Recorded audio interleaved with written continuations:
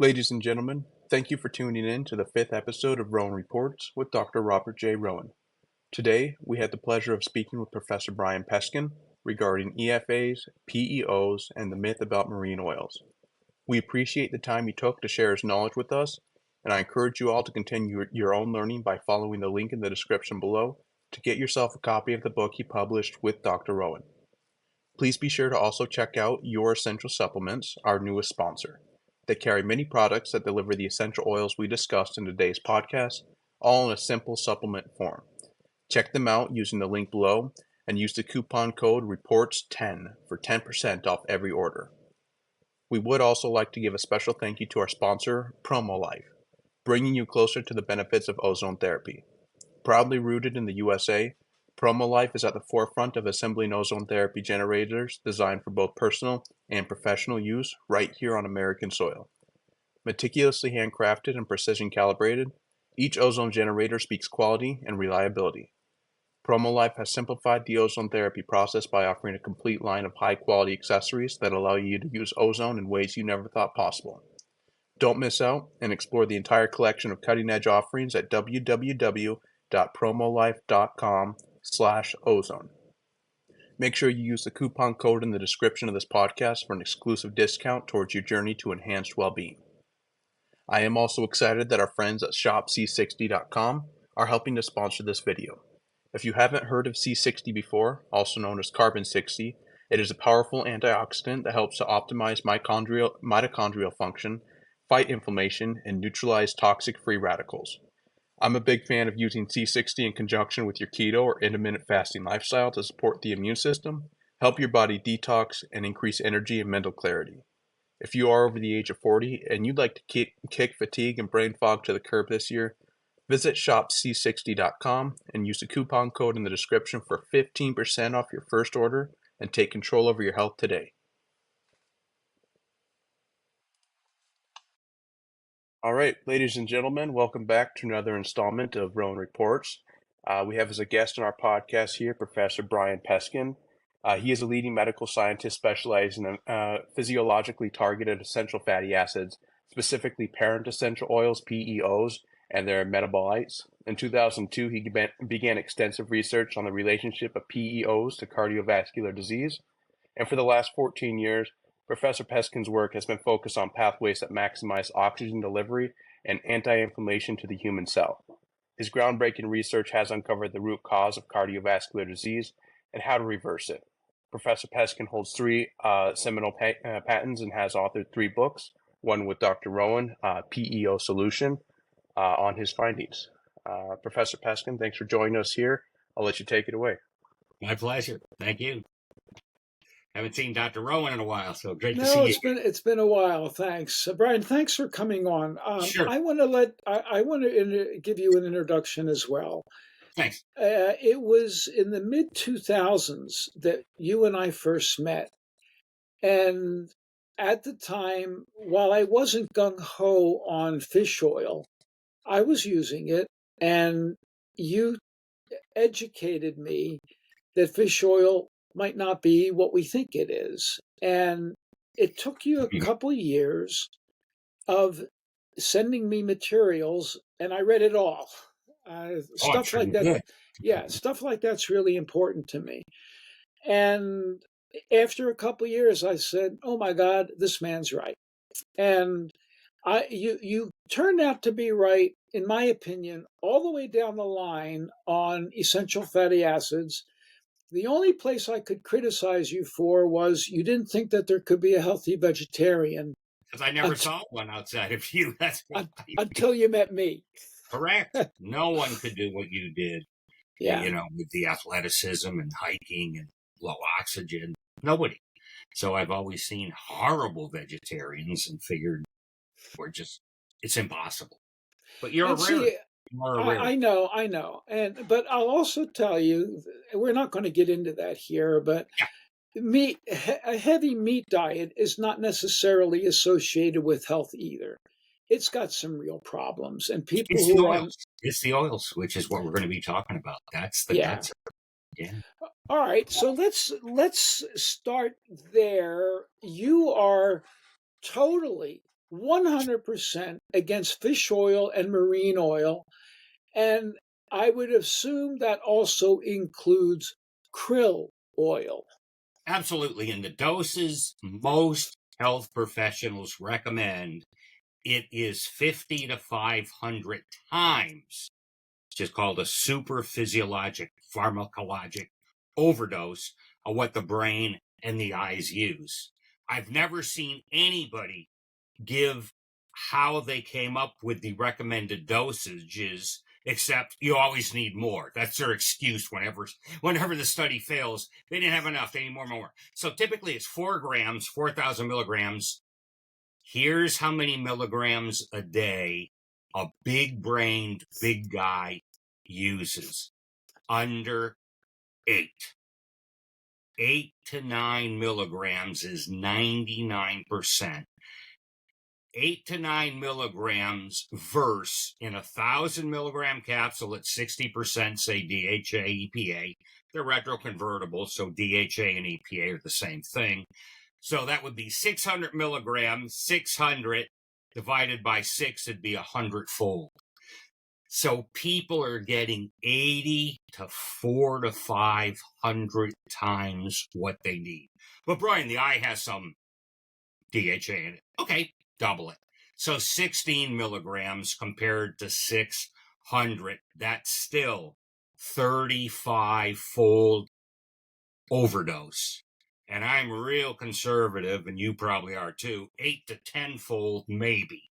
100, 150, you're out of your mind. Your body does not burn this up, and we'll talk in a little bit about how it ruins the omega-6 that's supposed to be in cardiolipin in your mitochondria, and it is shocking. But now, where did you come up? What when you see my hand go up like this, allow me to interrupt you. Sure. Where did you come up with the dosage of, say, 6 to 8 milligrams is what we need of these oils? Absolutely. That was in the Journal of Lipid Research, Imaging Incorporation of Circulating DHA into the Human Brain using positron emission tomography. This was with the NIH and U.S. Department of Agriculture did these measurements. So this isn't just some random something. And this was way back 2009. And I read everything I get my hands on. I've never seen anybody reference this. How much does the brain use? It's 3.8 milligrams plus or minus 1.7, which is 8.9 milligrams tops. On the low end, say you're a small woman, 1.1 milligram for 99% of the world. In the brain, 9 milligrams tops. Milligrams. Compare that with 600 milligrams in one fish oil capsule of 1,000. That's in one capsule, and people are taking 2 and 3 and sometimes 4 capsules. That's what they're told. 4 grams they're told to take. I go nuts because they're literally killing people, and pretty soon I'll give you the articles that came out. Again, I've never seen them referenced outside of people that sent me them. I didn't come up with myself, but a doctor in Canada sent it to me, and I was shocked. But nobody references this. It's appalling. Cochrane Journal, which is the best source of coming up with good studies versus bad studies, looked at all the fish oil ones, said out of all of them, most are observational. They came up with 20. They said complete failure. Fish oil helping Alzheimer's, the heart, vision, the brain, garbage. It is antifreeze for a fish. Remember what you said? 14 times less. Yeah, I can't argue with that. You know, everybody knows I lived in Alaska for 22 years. Yes. And the water there is cold, and we ate salmon. I did. I was not vegetarian at the time. And the salmon are swimming around in 34-degree Fahrenheit water. Yes. With low oxygen tension. Yes. So they need an oil that's going to be really slippery and liquid at such low temperature. And that's what these fish oils do. Yes, and they don't freeze. Yes. They don't freeze. That's correct. And that's fine, but the issue for the fish is there's there's much less oxygen down in the waters of the Yes. ocean than there is that we're breathing here. And from what I could read is that the fish oil that you swallow, it goes rancid on the way down your esophagus. It goes rancid spontaneously at room temperature. And we're at 98.6. So what's happening, Doc, is everybody taking fish oil, minute it hits your digestive system, is turning rancid. Your body pours out antioxidants there, but now other areas are short. For example, the brain. We have Alzheimer's going through the roof. A lot of the older people are taking fish oil. Supposedly 40% of men over 60 are taking this garbage because they've been misled, and they don't have the antioxidants in the brain anymore because it's going to the stomach to try and help against our own stupidity. There's Fish oil two is things. food.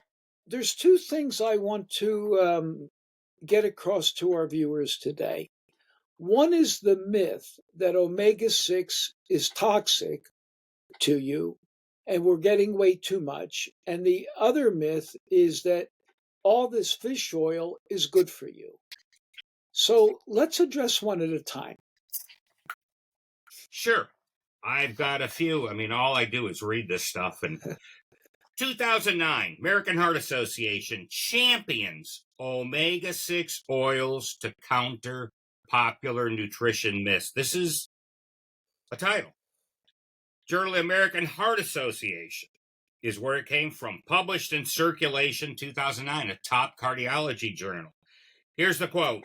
Omega-6, PUFAs, polyunsaturated fatty acids, also have powerful anti-inflammatory properties that counteract any pro-inflammatory activity. For example, prostacyclin and PGE1.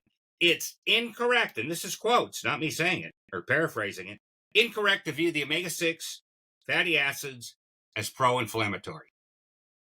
I want to emphasize that. So here is a major journal saying that it's incorrect to view omega-6 oils as pro-inflammatory. And I want to point out that the most important derivative of for anti-inflammation and vascular lubrication comes from omega-6 oils, and that's called prostacyclin. And PGE1. And PGE1, yes. Both of them. Yeah, PGE1 is the big anti-inflammatory and vasodilator, and that's number one because it's the first one down the chain. See, there's something called parents and derivatives and eicosanoids. So a parent is the brick and mortar of every cell. Lipid bilayer, so it's a double layer and half protein, half oils. Virtually no carbohydrate in any cell membrane. So out of the half lipid, a quarter to a third, 25 to 33% are the parents. That's parent omega-6, linoleic acid, and parent omega-3, alpha-linolenic acid. I don't care about the technical terms. I just say parent omega-6, parent omega-3.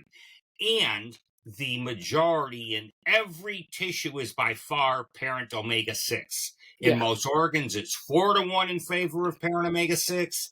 In the muscles, it's 6.5-1. In the adipose tissue, it's 20 and above to 1. In the brain, it's 100 to 1. There's not a lot in there, but it's 100 to 1 parent to parent omega-6 to parent omega-3. The derivatives are like GLA, DHA, EPA. Those are broken down and then built up from the parents. So as long as you get the parents, you have what's called delta-6 desaturase. That is the starting point of all the derivatives, both the omega-3 and the omega-6 side, and very little is made. I don't believe that God makes mistakes, and that's the foundation of my writing. On the other hand, the pushers of omega-3, of fish oil, say repeatedly that human beings have a very slow delta 6 desaturase. So for the viewer, let Yeah. me explain.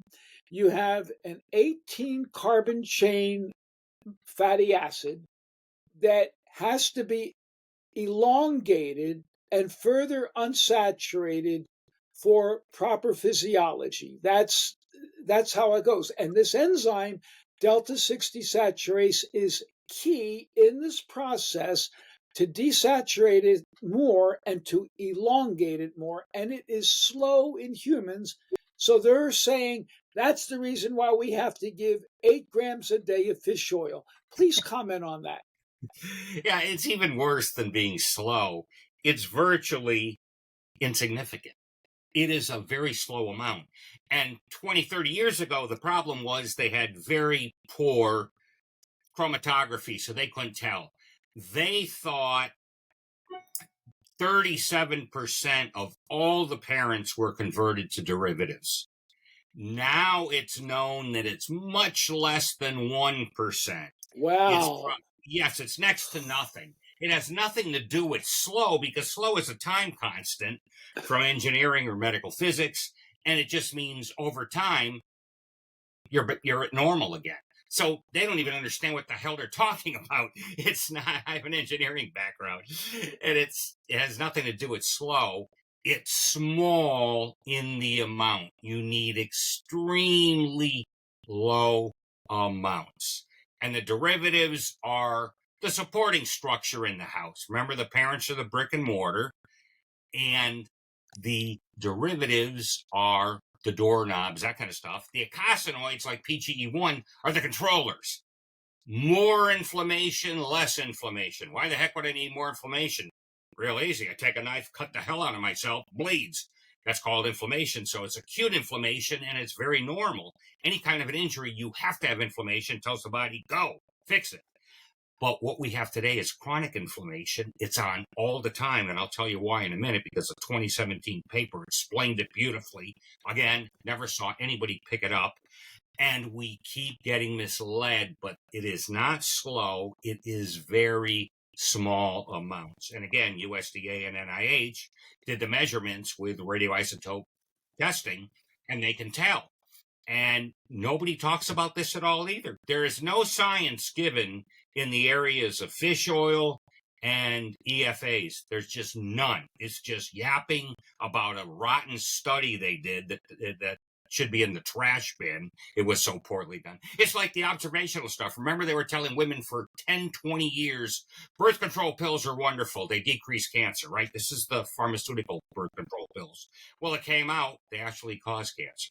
Was there ever an apology? Was there ever anybody saying we were wrong? I don't know how it happened. Never. Nobody apologizes. It's just like nothing. Same thing here. They're all making a mistake. They're killing people with super pharmacologic overdose. The analogy is, you want to talk about 100-fold? Try taking 100 aspirin at night and call me in the morning. You won't be calling because you'll be dead. And of course, I'm being facetious, so don't do that. You will bleed to death. This is what the analogy they're doing with fish oil on a daily basis. Why are they doing that? Why are they suggesting or telling people to take that much? I do want to point out that fish oil, marine oil, is really a waste product. They get the fish on board the ship and they process the fish, and then they got all this marine oil. I mean, you know that this is bad stuff, because if you leave a fish out for a day, you don't want to get near it the next day because it stinks. It's rancid. Right. So all this oil is vulnerable to rancidity. Where did they get this notion to push all of this onto people? Money. I was around when they first started this, and they couldn't give it away. I would go to the trade shows, and I had my plant-based oils because they're plant-based. And I would see the fish oil and ask the distributors, like Tree of Life back then, it was maybe 2000, and we can't sell it. But given huge money because it's a waste product, it's juiced fish. How do you juice a fish? Just the way you think. The guts come out of it. And it's also spoiled fish, because if I can't sell the fish to a top restaurant, what do I do with it? I don't want to throw it away. I guess you can put it in cat food, but it would still be horrible. Juice it. You could deodorize it. You could process it. So you never know. but it's the wrong substance. That's what everybody has to get through their head. I don't care how pristine it is. You are not living in 30-degree water. And the other big thing you showed me was the warm water fish has 14 times less DHA in it than the cold water. Not 14%, 1,400%, 14 times less because it's warmer. We're at 98.6 and the stuff goes rancid at room temperature, 72 degrees, spontaneously rancid. That's why you walk through the fish area in the supermarket and it smells even though there's ice there. Now, they come up with ways of bleaching and everything else to try and stop it, but we keep getting misled. Look in the mirror. If you don't see a half fish looking back at you, you do not need fish oil. You will make all the DHA you need. There was an actual study, Doc, that came out that gave vegetarians eating plants with the omega-3 in it. They said virtually all of them made enough DHA just fine. You did not need a supplement whatsoever. They ate no fish because they were vegetarian. So this was proven too, but again, nobody references it. It's like none of this is out there. They're making too much money. I get viciously attacked. I've had journal articles retracted just because people complained. There was nothing wrong with the science. There was nobody saying I was wrong in having a pathway or a deduction or anything. It was just be complaining because I'm taking a lot of money out of people's pocketbooks because they're bringing up my name saying this guy says fish oil is garbage. What is this? So I'm detested. I'm the number one fish oil hated person in the world. When I write my Substack or any other journalism, I stress the concept of logic. Yeah. And I looked at this, when you presented me the information, I looked at this logically. Yeah. And I told you I don't believe that God makes mistakes. Makes two of us. And I came to believe then, and I believe even more now, that the conversion to the even more unsaturated derivatives is really slowing us for damn good reasons. And I have seen now many articles showing, and one is a really damning article, that when you eat marine oil, I'm not talking about eating fish. Right. Because I believe that's an acceptable food and it's just fine if you want to eat salmon. It's not fine. processed. Right. It's not processed. It's not processed. And yes, there will be a little bit of rancidity in the cooking. You can't get around it. Minor. But it's not extracted oil. Right. Which is totally different. That's the key. And in seeing articles now, it's really clear to me that when you take marine oil, your mitochondria, the energy furnaces of the cell, are taking up that oil, and that's like building a furnace out of wood instead of hardened steel. Comment, please. You're absolutely correct. But before I hit that, let me give you two more on omega-6 being good because you asked me about that. This one was 2014, Harvard Department of Nutrition. The quote, parent omega-6 intake is inversely associated with cardiovascular heart disease risk in a dose-respondent manner. Inversely, again, the more parent omega-6 I take, the less chance of a heart attack. Harvard sponsored the thing. It's written by them. The correspondence goes to them, the Harvard School of Public Health. Nobody talked about it. Another one. If that's not enough for you, I'll give you three and then I'll stop. 2017. Associations of serum N6 polyunsaturated fatty acids with serum C-reactive protein, CRP in men. Kuopio ischemic heart study. Okay, 1,300 healthy men. Conclusion. Omega-6 was not associated with increased inflammation in men. In contrast, the main had a strong inverse association. The more I take, the lower CRP. CRP is one of the most standard measures of systemic inflammation there is. It's considered the gold standard. There's others, but this is excellent. The more parent omega-6, the less. And the reason for that is because PGE1 is the first derivative on the omega-6 side, and that's the body's number one anti-inflammatory. So you get that with the omega-6. If you don't eat omega-6, you're not getting enough of the anti-inflammatory. And there are people that have an impaired pathway. There's about 9 disorders in the medical journal: cancer, heart disease, diabetes, even type 1, type 2. Even if you give them the insulin, doc, it doesn't fix the pathway. So the whole thing is compensate. So I love a formulation that has the parent omega-6, parent omega-3, and some GLA so it can bypass that metabolic pathway to give a little more direct to the PGE1. Now, you're still going to get a good amount, but if you have a disease or disorder, you need the maximum anti-inflammation as you can possibly get. So these are 3 major articles, not even talking about adulterated parent omega-6, which isn't parent omega-6, as you well explained. I want the viewer to understand that, because we hear, I hear experts, quote, experts who sell marine oils decry the omega-6 oils. I know. They say it's toxic. Even, shockingly, even the Price Pottinger Foundation, I've read pamphlets from them, and I highly respect them. I've read pamphlets from them decrying omega-6, and I believe that they have good intention. Yep. But this is not deliberate, but I believe it's misleading, because totally by blanketly saying omega-6 is bad, they're saying that I shouldn't eat almonds, basically, because almonds are packed with omega-6.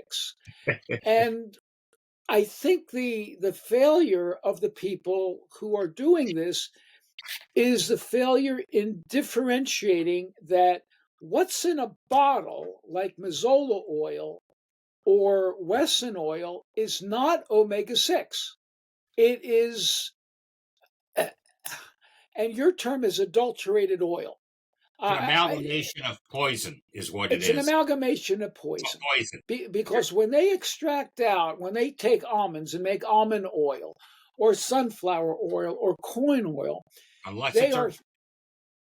they are extracting out the oil at temperature, higher temperature, often with solvents, which are really dangerous. Always solvents. It's exposed to air, and these oils are unsaturated, so they're getting oxidized, and then they polymerize. So an oil that might be like this, it's going to polymerize into plastic. Yeah. And the cell membrane. And you have 100 trillion cell membranes, by the way. It's not just a few of them. 100 trillion have that bilipid membrane. So just picture you have 100 trillion cells screwed up because you're eating this plasticized oil. Number one, things are impeded getting in and out of it, called hormones. Insulin resistant. You ever wonder why the heck you're getting resistant? Maybe it's because the cell won't allow it in. I need more and more and more. That's just one of them. Only one article have I ever seen where somebody wrote about adulterated versus unadulterated. Differential effects, and that's the term. Adulterated versus unadulterated forms of linoleic acid, parent omega-6, on cardiovascular health. This was in Journal of Integrated Medicine 2013, and they talked about it. Never seen anybody reference it except me, and never seen anybody talk about, just like you said, adulterated versus unadulterated. There's a difference. If it's adulterated, it's not parent omega-6 or parent omega-3. The other thing is they don't use omega-3 for any kind of cooking, so you're not going to see omega-3 adulteration outside of the fish oil stuff. But in the parents, you never cook, for example, with flax oil. much too reactive, has an extra double bond. So all the cooking oils, the fast food restaurants, and you should see the way they use that oil. I mean, it's industrialized. Tanks come in on trucks and suck that stuff out. I watched them once. It was unbelievable. It's not human food. They used to use lard. I worked there with my first job when I was a kid, 16 I years have old. no issue with that. Remember, I'm a vegetarian. I have no issue with lard. Right. It's very unreactive. It's beautiful. Cooking in coconut oil they used to use in America. Canada came in and went to Canada oil, which is canola, Canada oil. Canola oil is rapeseed oil. That's where you get mustard gas from. It goes on and on and on. But talking about fish oil making things worse, here's one that anybody with a heart problem needs to know. 1986, fish oil makes existing heart disease worse.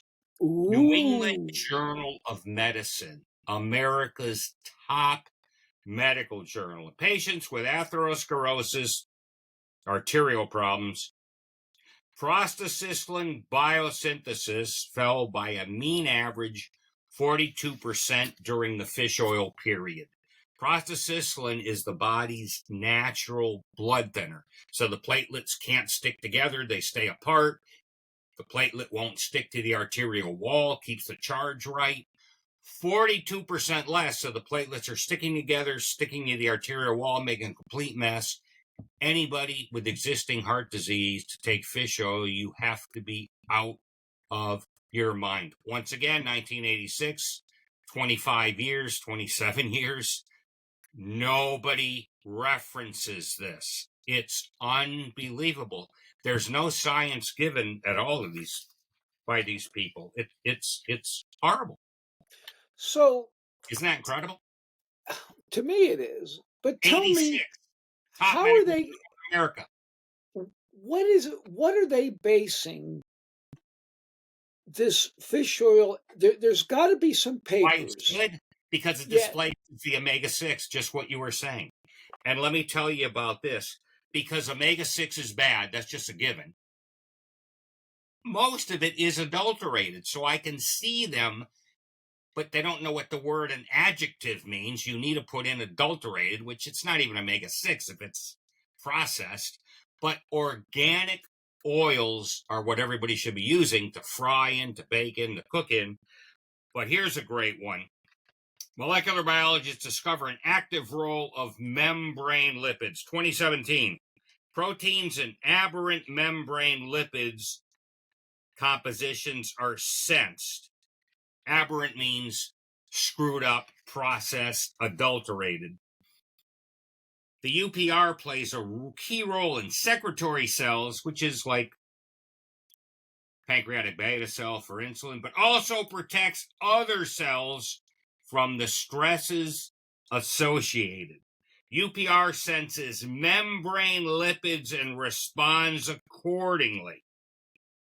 Lipid compositions, parent omega-6. We now have this conceptual framework to understand why cells are hypersensitive to changes of their membrane lipids induced by the diet. Their words, induced by the diet. This was in Molecular Cell.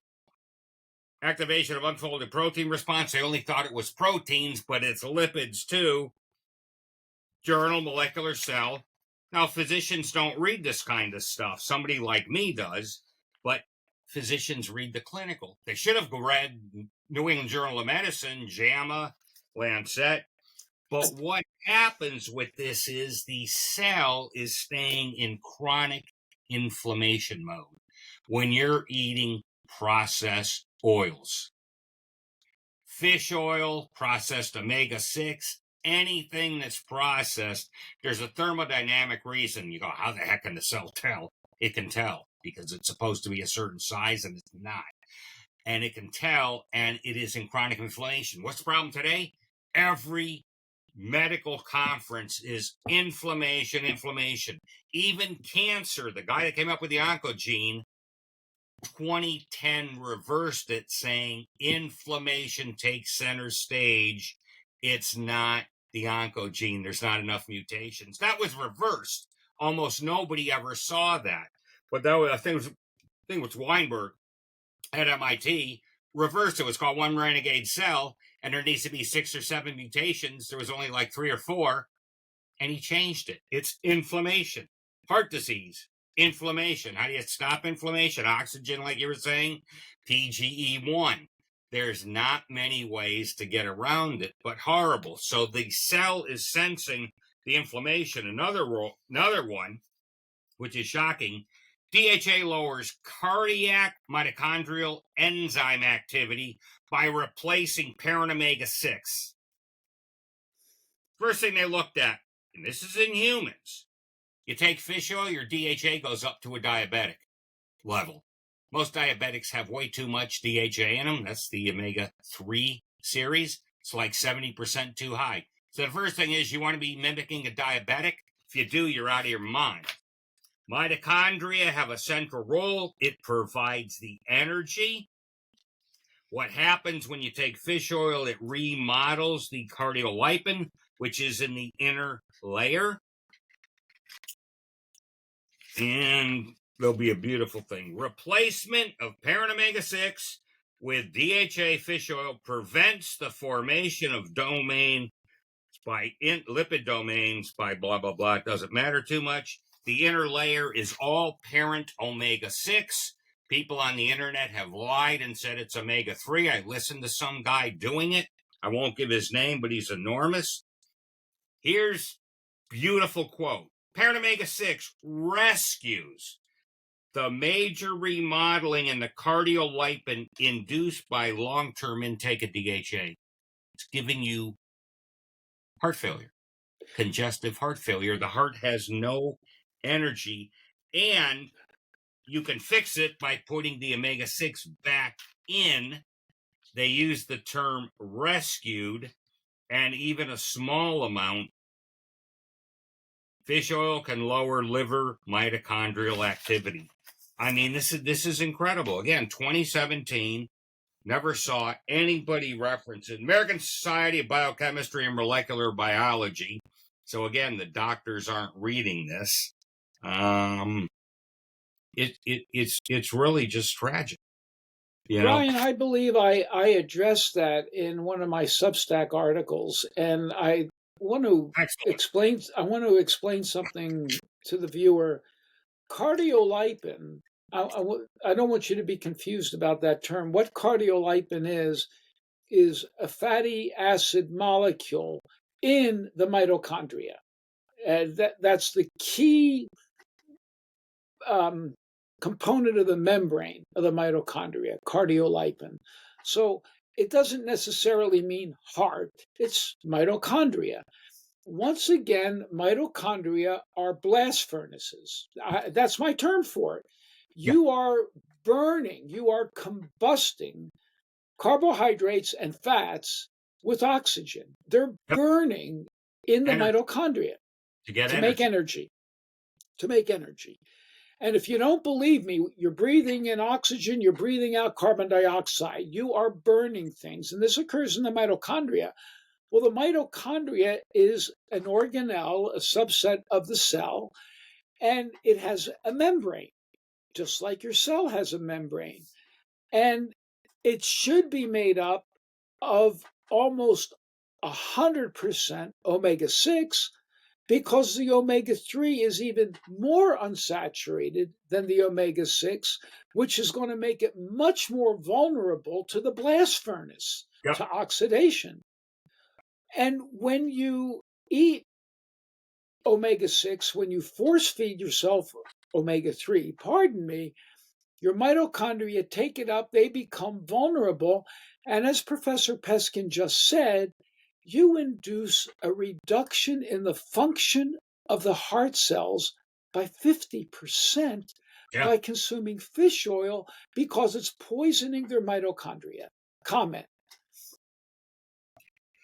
Yeah, you hit it right on the head. The cardiolipin is in the inner layer, and it's virtually, just like you said, all parent omega-6. How anybody could say it's parent omega-3 or omega-3 based needs to pick up a medical textbook. I mean, I heard a doctor saying this. It was unbelievable how he could say it. Outright, it's lying if you're out there to an audience and you don't know what the hell you're talking about, I don't care why it's not true. You are a liar. It's your job to be truthful because people's lives are at stake based on what the heck you say. And it's just tragic. Absolutely tragic. This is published. These people don't read it. They just want to make money and they don't give a darn about you. As long as I make money, and if I help you, good. If I don't help you and I make money, that's okay too. I mean, sickening. Is there any value to people taking marine oils? Now, I'm going to even go one step further.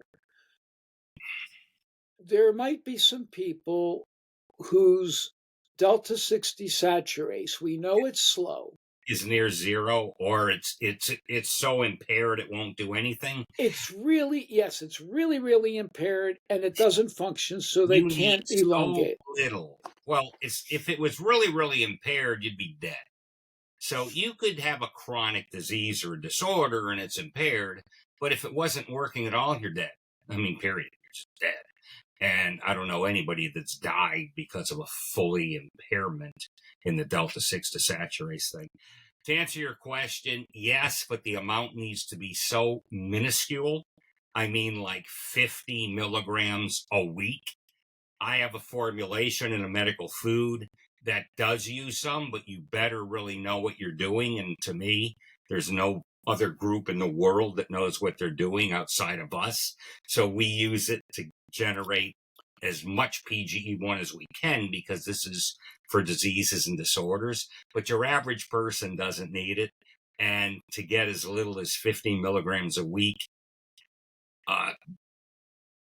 my concern is you take fish oil, you're going to have it processed and you're going to have a problem with it. If you want to try algae or something that's as close to organic as you can for the DHA, you could try that. But regular fish oil, I wouldn't touch with the 10-foot pole. I just don't think anybody needs much of it. Again, are you having visual problems? Can you not think because this would be the first place of DHA? Now, we know DHA does nothing to help people with Alzheimer's or anything like that. It's all cardiovascular. And by the way, the capillaries in the brain, there's 100 million of them at least, all parent omega-6. The inner layer of your artery, the intima, it's multi-layer. The intima they thought was one layer. That's absolutely wrong. There's 12 to 20 layers. Each layer is all parent omega-6. And what's clogging the artery is 87% adulterated parent omega-6. Oh, yeah, that's why you don't want it, because it comes in and the body just ruins it. No. Exogenous, meaning you ate it, and it's already bad. The body is very impervious to harming the parent omega-6 at all.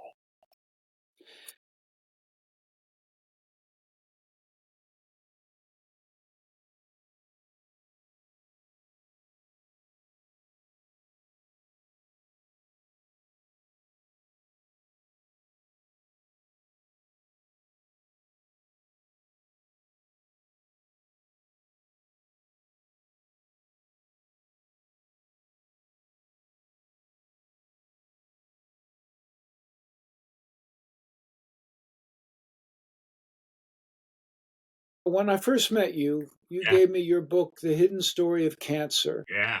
And I was fascinated with this because I had always wondered how oxygen transferred across the cell membrane, which is lipid. Yep. And the oxygen is dissolved in the waters of the body. Yep. And what was clear to me in reading your book and then reading the supporting articles is that omega-6, with its 2 unsaturates, has the ability to temporarily pick up the oxygen, and then the oxygen can move into the cell from there. Yep. Now, it's more than the problem. The problem is that if that omega-6 is already adulterated, it's not omega-6. Correct. That It's double something. bond is already damaged. Yeah. And it's the functional double bond that's doing the good work of allowing oxygen to get through the membrane, both the cell membrane and the mitochondrial membrane. And So there's more mitochondria in a cell than cells. So you have 100 trillion cells, you probably have 10 times more mitochondria. So if you don't think this is a problem that should terrify you, if you have any kind of a heart condition, congestive heart failure is happening all the time now because people are taking all this fish oil. All these disorders are through the roof because of fish oil. Dementia, too. It's a cardiovascular disease. Has nothing to do with beta amyloid. That's been completely disproven. But go ahead. devil's advocate, it's not just fish oil, it is the consumption. Yeah. It's the consumption of adulterated oils. Correct. Processed. And any Processed processing oils. is adulterated. So I'm going to use myself as the example for the viewers. They know that I have macular degeneration, and you just found that out tonight. Yeah. I've known about it for 4 years. My dad had it. He had blue eyes. I have blue eyes. And it turns out that fair colored eyes are more susceptible to this. Now, if this was strictly a genetic condition, we would have had the same amount of macular degeneration in 1930 that we do today. Yep. And that's not the case. Right. We have far, far more macular degeneration today. It's epidemic, actually.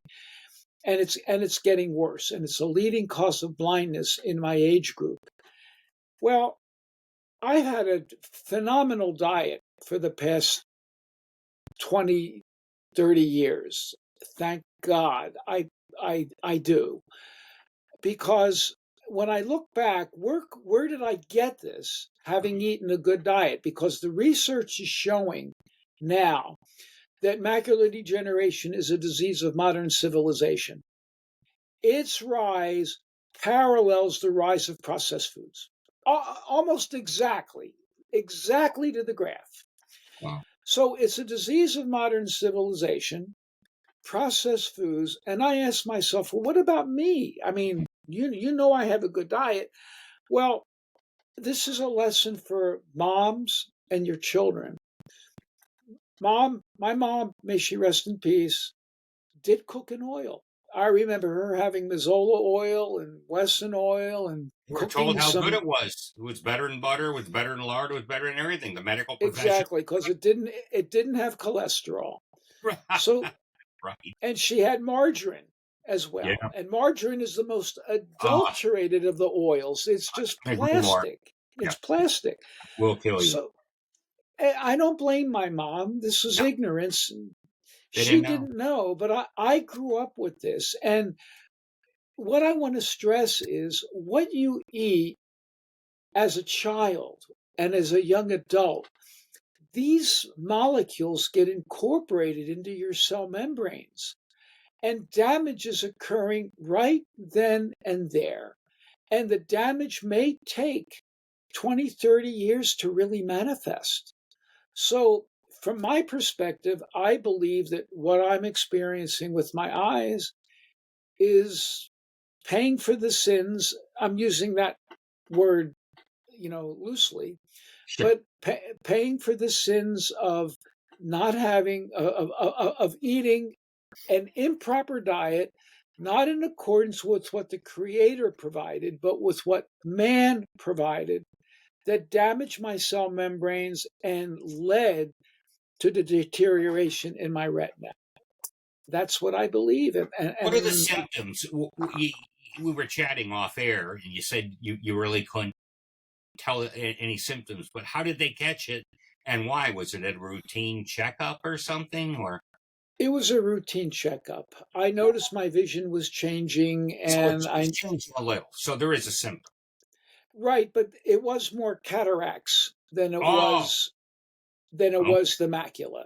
Okay. And cataracts is something that is almost impossible to avoid. It just happens as we age. I thought I could beat it because of my diet. Yeah, I really did. but I didn't beat it. It turns out that with age and light coming into the eye, the light is going to activate or alter certain molecules in the lens of the eye and cause cross-linking, and that's what happens. So Okay. I was being evaluated for refraction for my lens and cataracts, and that's how they discovered that I had something called drusen in my macula, which is a deterioration. And knock on wood, I thank God every day that so far it that part of my eyes hasn't affected my vision. Yes, the Good. cataracts did, Okay. Yeah, yeah. but But you can but not fix the that. macular degeneration. You can fix that. Yeah. Fix that. Okay. That's good. Some things aren't repairable. With a Yeah. heart attack, some of the heart will not regenerate. We can't regenerate a limb like certain reptiles can, but in the heart, I know there's some damage. It stays damaged. It can stay damaged, and stroke as well. When you have a stroke, the neurons, a dead neuron is a dead neuron. Yeah. Now, that said, strange, one of the false teachings of science for years was that the brain can't regenerate. Well, Yeah. that's wrong. Right. There are stem cells in the brain. They divide very slowly, but the brain can regenerate to a degree if you take care of it. And heart muscle cells can as well. But I like to say to people, you don't want a dead cell. An injured cell can repair itself. If it's dead, it's dead, and then you have to hope to your lucky star that there's some regeneration to replace that dead cell. Yeah. Let me give another big one with fish oil. Anybody diabetic in your audience? It's the biggest epidemic in America, probably in the world. Here's a great one.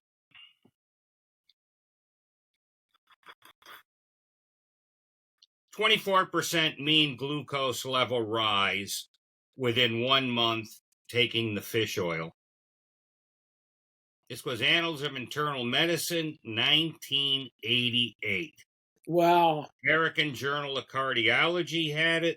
Incident atrial fibrillation, non-insulin dependent diabetes. Multiple studies showed if you are diabetic and you take fish oil, your blood glucose goes up, the amount of insulin gets increased to take care of it. That's insulin resistance. You got to be out of your mind. 2010, risk of colon cancer in mice. This was in mice. I'm typically not big on animals, but animals, with as far as EFAs, pretty consistent with humans. Found that mice develop deadly late-stage colon cancer when given high doses of fish oil. This is in the Journal of Cancer Research.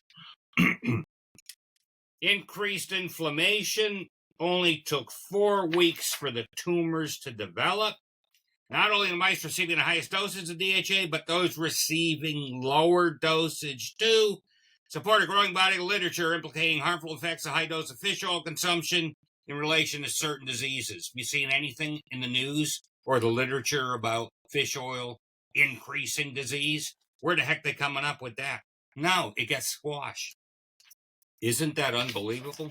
There's not one positive thing fish oil does. It is appalling in the doses they prescribe and knowing nothing else. If you just take fish oil without knowing anything about parent oils and compensating for different things, you are killing yourself, period. A couple other things I want to make clear. I get asked all the time, I've been asked for years by patients, well, what about krill oil? Well, wait a minute. Krill is what the fish are eating to get those highly unsaturated oils. The only human being, whales open their mouths and the krill comes in. I mean, this is not even food for a human being. You got to be again out of your mind. It's whale food. The only advantage that I can see to krill oil is that krill is not at the top of the food chain. So you're not going to have as much mercury and other toxins in the oil, in the krill oil. But otherwise, it's still the same toxic, rancid. It's lack of a negative. It's nothing positive at all. Yeah. Nothing. Oh, I see some idiot in the newspaper has this big squid. The secret of a memory is from this squid. What, squids have great memory? People are falling for this garbage. This guy has a different ad every other day, and it's just incredible. Understands nothing. I actually talked to him once. Well, I listened to this genius for, the oil advice. But you're right. Any marine oil, look in a mirror. You don't see half of a fish or something with tentacles coming back at you.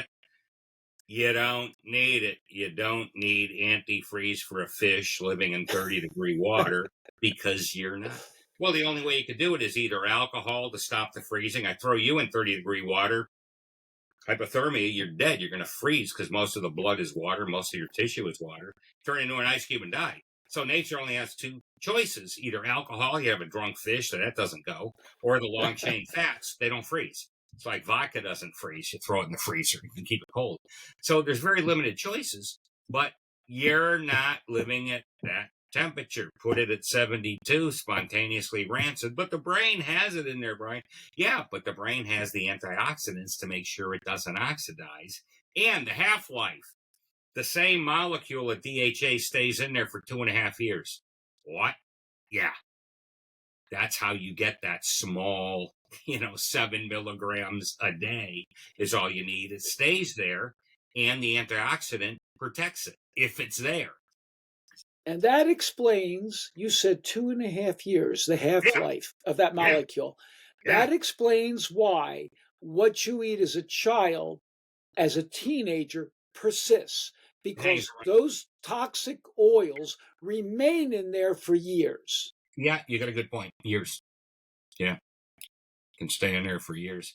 So you need every trick in the book. If you've had any of that younger, you need a supplement, period. If you have any history of having adulterated, and that's where the problem comes from. Forget carbs. They're just bad because they're all sugar, unless you're burning them up. Protein, really don't screw up protein. There's not much that can happen with there. You can say you don't want animal protein, but it's not the cooking that really screws it up the way a lipid or a fat or an oil is. It's all in the oil. So if you're getting eggs, bacon, cheese, butter, anything with lots of fats, organic, or you're consuming a poison. And God help you down the road, because you're going to get every disease known to man, especially heart disease. Like I said, 87% is adulterated omega-6 in the artery. And this was measured with high-resolution chromatography. This is published. So forget cholesterol, people. The issue's not cholesterol. The oxidized cholesterol. No, it's not. It's called the cholesterol molecule. It's highly resistant to oxidation. It almost never oxidizes. There's like 1 part in 160 cholesterol molecules for antioxidants because they're not needed. Guy in Australia did a pile of work in this. It's in PEO solution. The thing begins with an E, Estra something. I forget the names. But all the documentation is in there. And if people are interested, PEO solution is just a masterpiece I did with Dr. Rowen. I've got a new program out that has that in digital form, has Hidden Story of Cancer Dr. Rowen talked about, and all kinds of stuff that you'll love. And you could probably get this out to your audience later on so they can get it. And the price we made extremely reasonable to get this information to everybody, because I got so sick of people getting misled by very big names. They're all parrots. They just repeat the same garbage and don't think they've analyzed it. Dr. Rowen reads and analyzes. He's a rarity, I'll tell you. There's a handful of physicians that I'm around that actually do this. Most just parrot. And you'll listen to him. Oh, he analyzed it. No, he didn't. He just took the garbage from the other guy and spit it out. It's like 2 and 2 is 16. How do you know? Because somebody told me it. There's 2 other things I want to bring up. One is the final thing that convinced me was they did a study on Iowa? Yeah. monkeys. And they fed the monkeys fish oil, and then they looked at their livers afterwards, and their livers were peroxidized.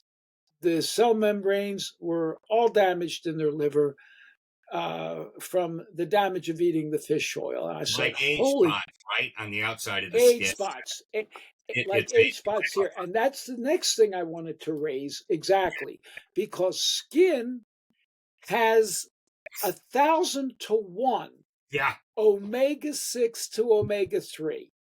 And that would be high. Why does your skin not want omega-3? Because the sun's hitting it. Yep. And omega-3 is many-fold times more vulnerable to ultraviolet and light than omega-6. If you're feeding yourself fish oil, you're stuffing very sensitive oils into your skin, just like your mitochondria, Displace the omega-6. displacing the good stuff. Well, Exactly. the dermatologists don't have a clue for the melanoma increase. They can't explain anything. They're taking, suntan lotion, and it's the heat. You get that heat in the skin with the DHA displacing the parent omega-6 from all the fish oil people are taking, and it can't get burned up. The DHA from fish oil or any marine oil, I don't care where the heck you're getting it from. If it's from the sea, it's marine oil. It's going to oxidize with heat and ultraviolet light, and temperature just goes through the roof. Your skin can be 100 degrees. I mean, higher than, can even be higher. Depends on what the temperature is. And you're exposed. Your skin is exposed to oxygen, heat, and sunlight. The perfect combination for a disaster with these oils if they're impregnated in your skin. Absolutely right. I want to also emphasize again and again that when you hear that omega-6 is bad, forget it. Chuck it. I eat a ton of almonds. Almonds are mostly omega-6. Yeah, it's 5 to 1. And what they'll say is, the omega-3 in the almond is the reason Seventh-day Adventists live so long and they're so healthy. It's 1/5 of the omega-6 content if you care to research what's the composition. And they'll never give you the truth.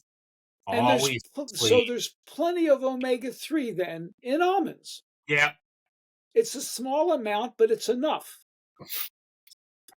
Yeah, and there's omega-3, for example, in lettuce. Very few things are prominent in omega-3 because we need so little, and nature is smart.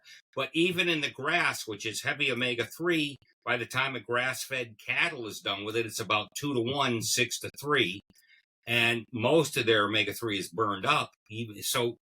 Even that body, which is a mammal, kind of different, it's a rudiment, that's for stomachs, different than us, but still, it doesn't want a propensity of omega-3. It still has more omega-6 than 3. No animal has more 3 than 6.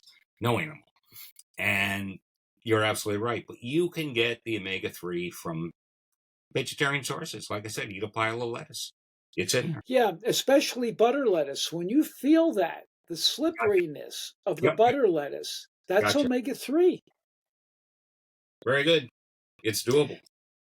So we have our producer here, Lucas Dean, who's a layman, and I want him to say something as from the perspective of a layman, what he thought of this conversation and if it opened new horizons, Lucas. Yeah, so I guess I first want to start by saying I had heard from reading your Substack several months back, I think it was, about omega-3 oils and fish oils, that they weren't the best for you. I fell for the pharma propaganda. I picked up a twin pack of these 1,200 milligram fish oils. How could you not? I mean, you're inundated with it day and night. Everybody's saying how great it is. How could you not? So I actually was going through my closet today and I found this. I thought it'd be topical. But when I was taking these, I was having stomach issues. I would puke. I couldn't focus well. I stopped taking them after reading the Substack, and a lot of those symptoms cleared up for me. And not saying correlation or causation, but it seems based on this conversation, there's a lot of reason to believe that this it's had a lot to do with that. It's causal. You can say it. If it stops immediately, it's causal. Yeah, I agree with that. So I wanted to ask, omega-6, not something that you ever hear people talk about, causes inflammation, bad, right? But what kind of foods should we be looking to eat to take in a healthy amount of omega-6? None of the adulterated versions. Best ways to get that into our diet. Excellent question. And I'm going to comment on that as a vegetarian. Nuts and seeds are loaded with oils. You do not want roasted or heated nuts and seeds because the heat will damage the oils in there. So you want raw, unpasteurized almonds, and you can eat other nuts and seeds that have oils in them, but make sure they're not roasted.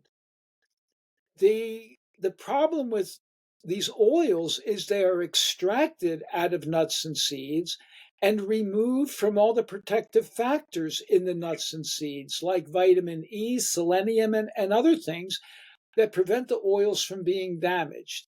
Lettuce has omega-3, butter lettuce in particular. I'm an organic raw food vegetarian. Now, I'm not 100% raw. This time of year, I'm cooking a little bit more. I'm mostly organic. I just go out of my way for that. And I do eat some dairy.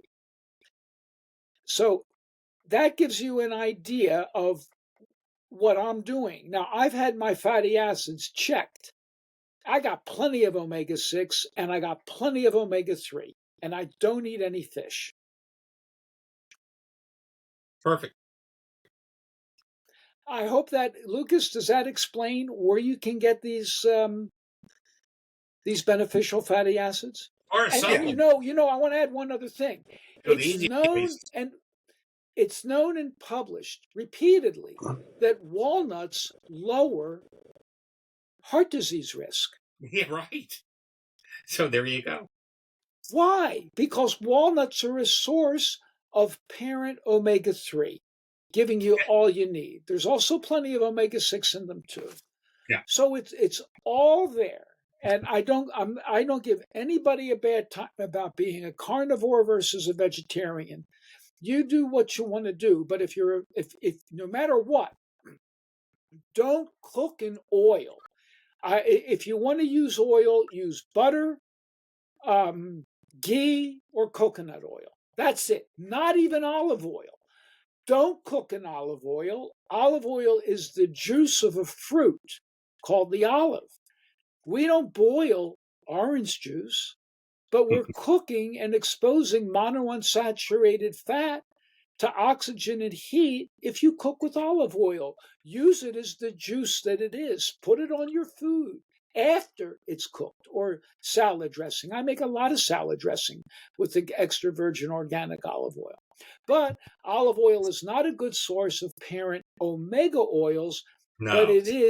but it's very healthy for you for other reasons, including the polyphenols that are in it. Brian, would you agree? Yeah, it's no source of EFAs alone, either parent omega-3 or parent omega-6. Yeah, I'm with you. Avocado oil, if you get organic, you can cook in. It's not going to be a problem. It has a 440 degree point. If you want to fry stuff, a lot of people want French fries or, do something. So you can use organic olive oil. That's my go-to if I want to do it. But it's up to you if you want to. As far as getting the oils, what I tell everybody is a supplement. It should be the foundational supplement to everybody in America, given how much garbage oils you're going to get unless you go way out of your way to be raw foods vegetarian like you're doing, or spending a fortune at the supermarket with everything organic. And even with the organic, they use the wrong oils. Soybean oil is horrible. It's highly estrogenic. Oh, yeah. Canola oil is horrible. So they're not going to be using good oils. You really need to know what you're doing. So a supplement is really the way to go. And you don't need to worry about it. And the last thing is it goes in as a percentage. So if I'm eating 20% ruined adulterated processed oils and 80% good stuff from the supplement or raw foods, my body's going to be 80% cool. It goes in. Dr. Lanz did this in 1990 with radioisotope testing. You could tell where it goes. So it goes in as a percentage. So the whole key is you better be 80% good or you've got a problem.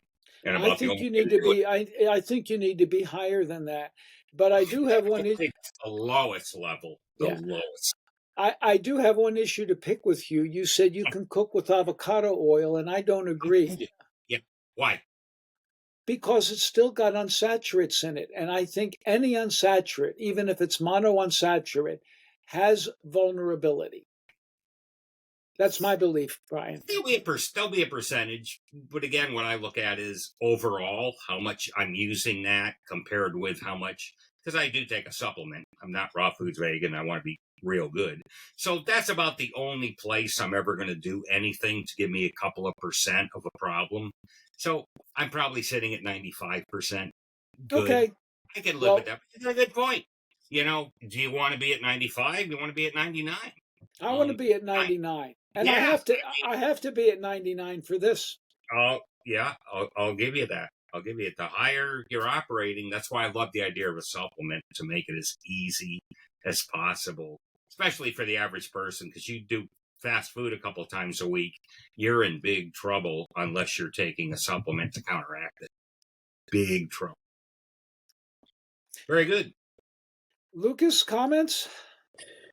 Well, I guess for the carnivores among us, meats and eggs, are they a good source of these omega-3s and omega-6s? Are you getting too much if that's That your focus? again, I'm talking as a vegetarian now.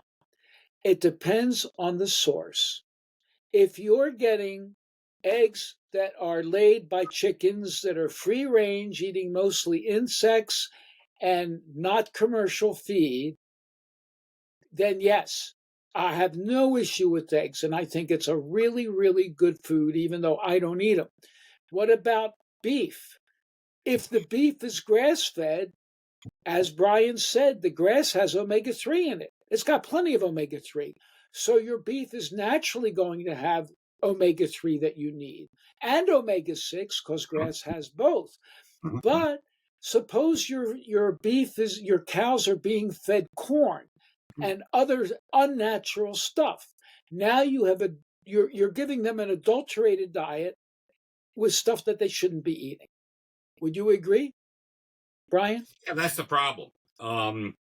Organic, again, with the meats, natural, like Whole Foods or something. They put a pile of steroids, they put a pile of hormones in the feed, and they give them unnatural feed. So you do need to be careful. Again, you need to counteract all this negative stuff. If you eat it, you're bringing in negatives. You better be counteracting it with something positive or you're going to have a problem down the road. And now guys are getting heart attacks, Doc, earlier and earlier in their 30s, 40s, all the time. Earlier and earlier. And let me share this with you too. Let me share this with you. Yeah. I used to go, and I still would go back to an ashram in India. Mm-hmm. And I was a volunteer physician in a charitable hospital. And this was a charitable hospital. It was attracting in farmers, poor people, peasants, in an area that was largely vegetarian. Mm-hmm. And I'm looking, and they're slender. Mm-hmm. They're skinny men. They're hard workers. And I'm looking at these guys losing their legs. Wow. Circulation disease. Wow. Heart attacks. Circulation. Severe vascular disease in their 40s, even earlier than that. And I could not understand that. I mean, they're vegetarian. Well, it didn't take me long. It only took me one night to think about it because I got a good look at what they were eating. They cook their food to oblivion in mustard oil. Wow. Highly unsaturated, and they're cooking it they're eating totally adulterated oils. And these otherwise young men that should be healthy and fit, they're dying of vascular disease and diabetes. Wow. All gets back to the oils. I think that's the biggest problem in the Western diet today. Oh, absolutely. Number one. Is the oils. Number one. And nobody's addressing it. They're having you take the wrong stuff, marine oil, making it worse.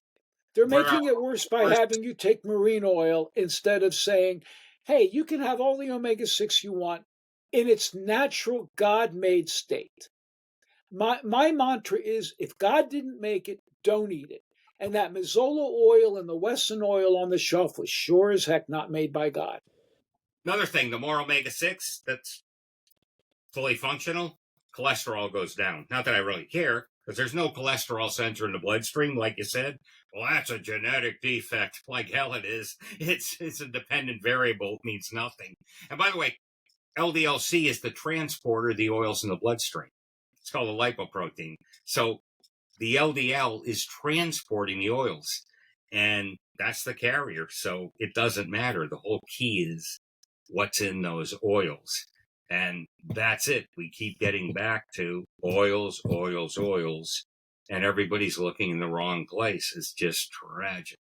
So I hope you get my program info out to people so they can start seeing, especially our book, PEO Solution, because that really is oils with every disease and disorder and everything about it. It's the most complete book on really the oils anybody's Lucas, I'm hoping that you'll talk with him about getting this information out to people. There'll be a coupon code, and you can let people know about it. I wanted to address one other thing. You wrote a book called The Hidden Story of Cancer. Yeah. And I did broach that earlier. Yeah. And cancer, Otto Warburg discovered that cancer is a deficiency of oxygen. That's basically what it is. Cellular oxygen. Cellular, correct. Mm-hmm. And when your cell doesn't get enough oxygen to make energy, 35 increase. Cancer is spontaneously induced. 35. Either the cell will die, or as you just said, at 35%, the cell wants to live and it will start to ferment. Yeah, it runs on glycolysis instead of respiration. So exactly, there's a spectrum. So it's benign, which is the start of cancer, to fully cancerous over here. And there's a spectrum, how much is respirating and how much is running on sugar with no oxygen. So even at MD Anderson, some of them didn't quite understand the spectrum of it. And it takes a while to get a fully cancerous tumor cell. It takes a while. And then when you get radiation or chemo, it blows out the easy ones, the mixtures. But the virulent cells that are really screwed up aren't affected the way you think. So the answer is get these oils in you to keep the cellular oxygen so it doesn't metastasize. And you got a real good chance. There's been a lot of work done with that. It's a really cool topic. Really cool topic. Yeah, this concept of oxygenating cells via omega-6 the only way. Is really important.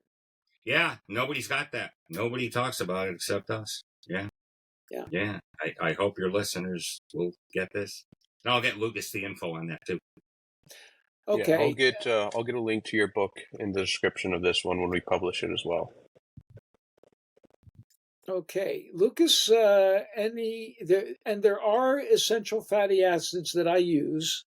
We've used one called EFA for years, and hopefully we can get a link for people to get that as well.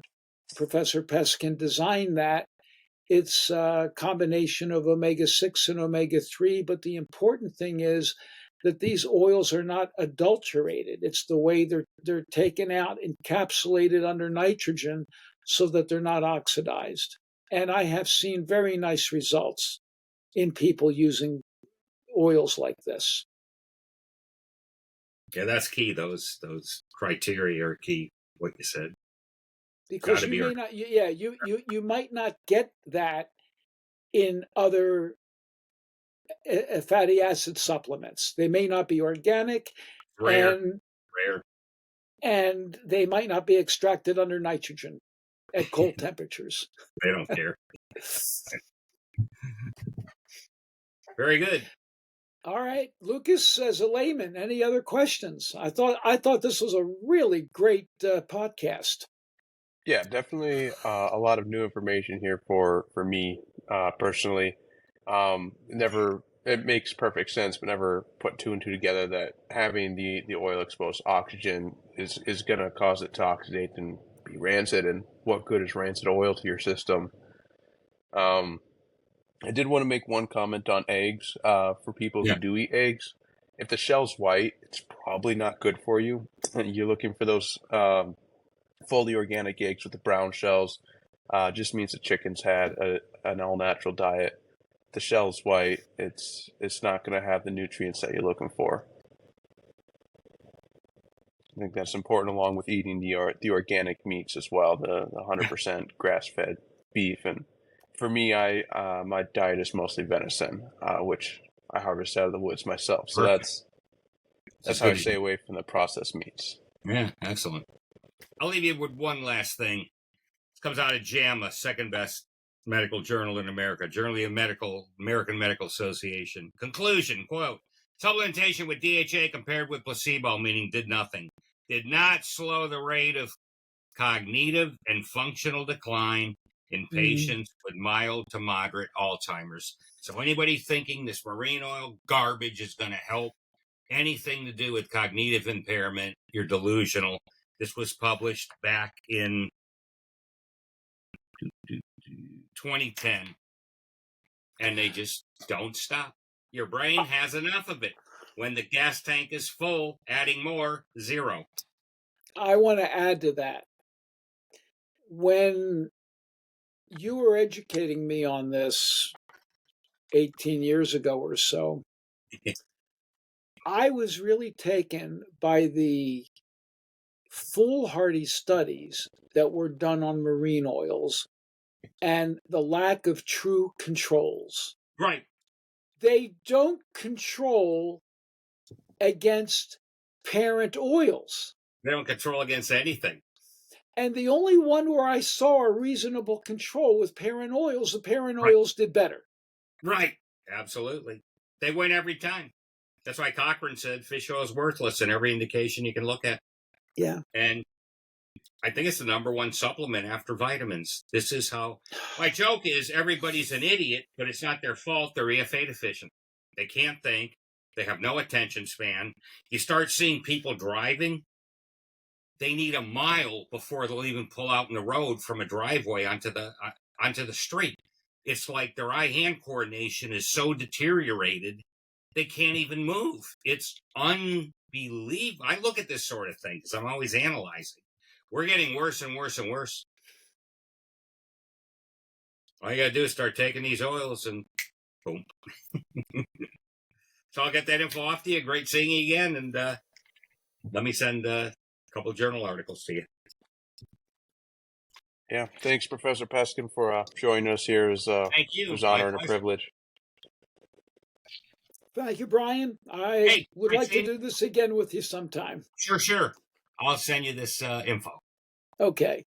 Thanks. Bye. As we conclude today's episode, I'd like to give another shout out to our sponsors over at shopc60.com. If you haven't heard of C60, it's an antioxidant known to enhance mitochondrial function and combat inflammation. Many sync C60 with their keto and intermittent fasting regimens, seeing a boost in energy and clarity. If you're past 40 and looking to refresh your vitality, explore shopc60.com and don't forget the 15% off code down in the description for your initial purchase. Thank you for listening to this conversation with Professor Brian Peskin. Now, I would like to leave you some words by Thomas Edison. The doctor of the future will give no medicine, but will instruct his patients in the care of the human frame, in diet, and in the cause and prevention of disease. If you found this conversation inspiring, please share it with your friends, family, and colleagues. Until next time, stay safe and be well.